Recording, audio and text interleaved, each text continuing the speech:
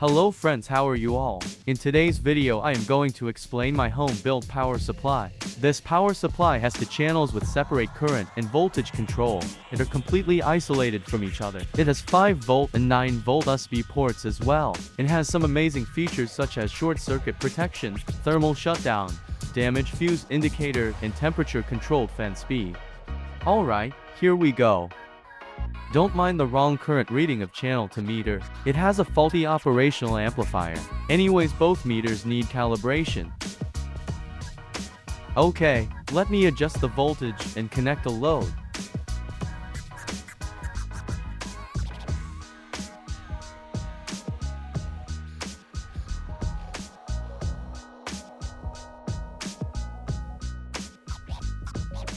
Here it is. As you see, I can change the brightness by adjusting the current while the voltage is constant. The meters are not blinking really. The camera captures them like this due to high brightness of bulb.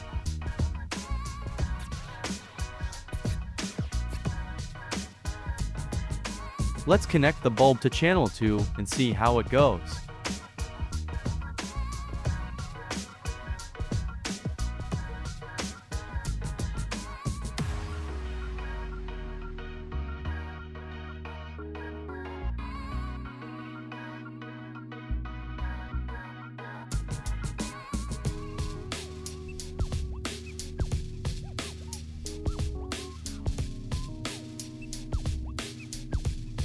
Alright, let's talk about short circuit protection. The protection is the simple relay type you might have seen on YouTube many times, but it's a modified version such that I don't have a push switch to reset it. Instead, it resets on its own as short circuit is removed. It's not just a red light and a buzzer, but it also limits the current to a few milliamperes. Let me show you by placing a multimeter. And if you want to know more about self-reset feature, watch the video in the description.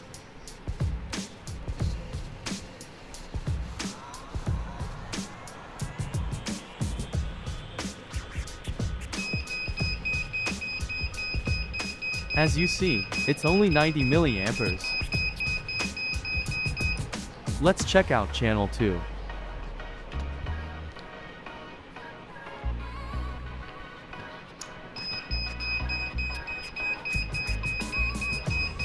Once again, only 80 milliamps.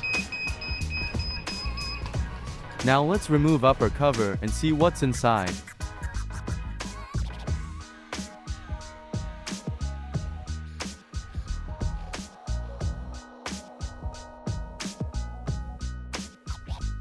Here we go. Don't mind the dirty work. I like it this way. Here's our big heatsink carrying heat from the power transistors. The circuit you see is the current and voltage control for both channels, fan speed control, buzzer drive, and USB port supply. Simple potentiometers have been used for current control, but multi-turn presets to control voltage more precisely. Since multi-turn potentiometers were not available, I had to make my own using old potentiometers in 10 kilo ohm presets.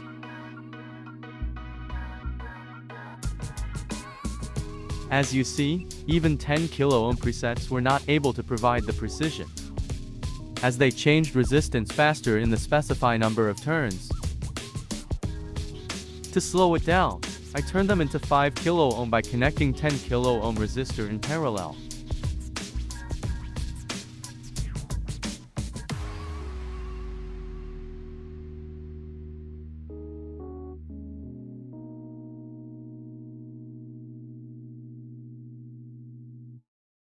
As you can see, the resistance changes much slower now.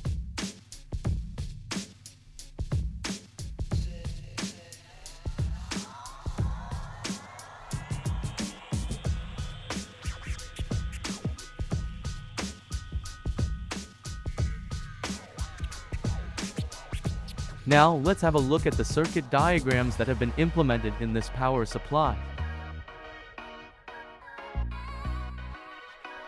Here's the channel circuit. There are two of them in the supply, each for one channel. The meter of each channel is powered by the channel itself to ensure the isolation. As the note below says, the ground of the following circuit and the next upcoming circuits are not connected to each other in any way. Please keep that in mind.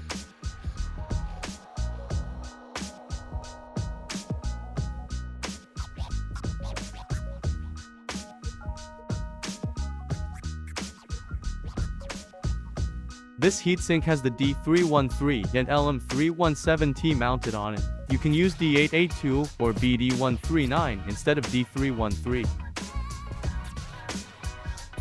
Next we have our USB ports and cooling faucet circuit as well as the power indicator. The fan speed depends upon collector current, which is controlled by base current through thermistors. One of thermistors is placed at large heatsink with power transistors, and other is placed in between the switch mode power supplies. And USB ports are powered by linear regulators 7805 and 7809. Then we have our mains AC circuit. The light across fuse glows when there's no fuse or it is damaged. The dotted lights can also be connected to show AC presence and thermal shutdown respectively. And the 12-volt SMPS is connected before thermal relay, so that the fan keeps working even when both channels are out.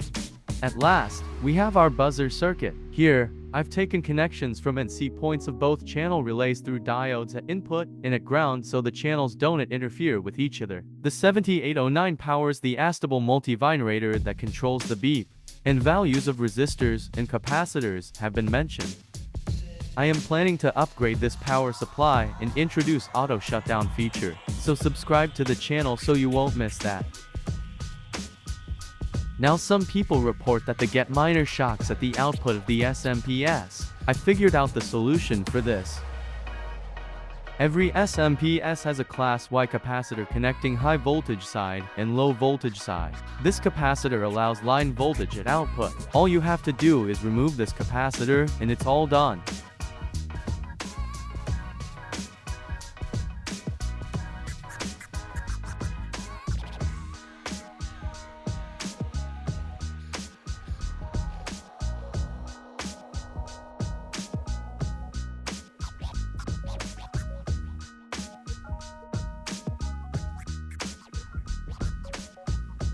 Let me show you another one. Some units might have more than one of them. You have to remove only the one that connects to low voltage side. That's all for today. I hope you liked it. If so, then hit the like button, share with your friends and subscribe for more. And I'll see you in the next one. Until then, stay creative, stay smart and goodbye.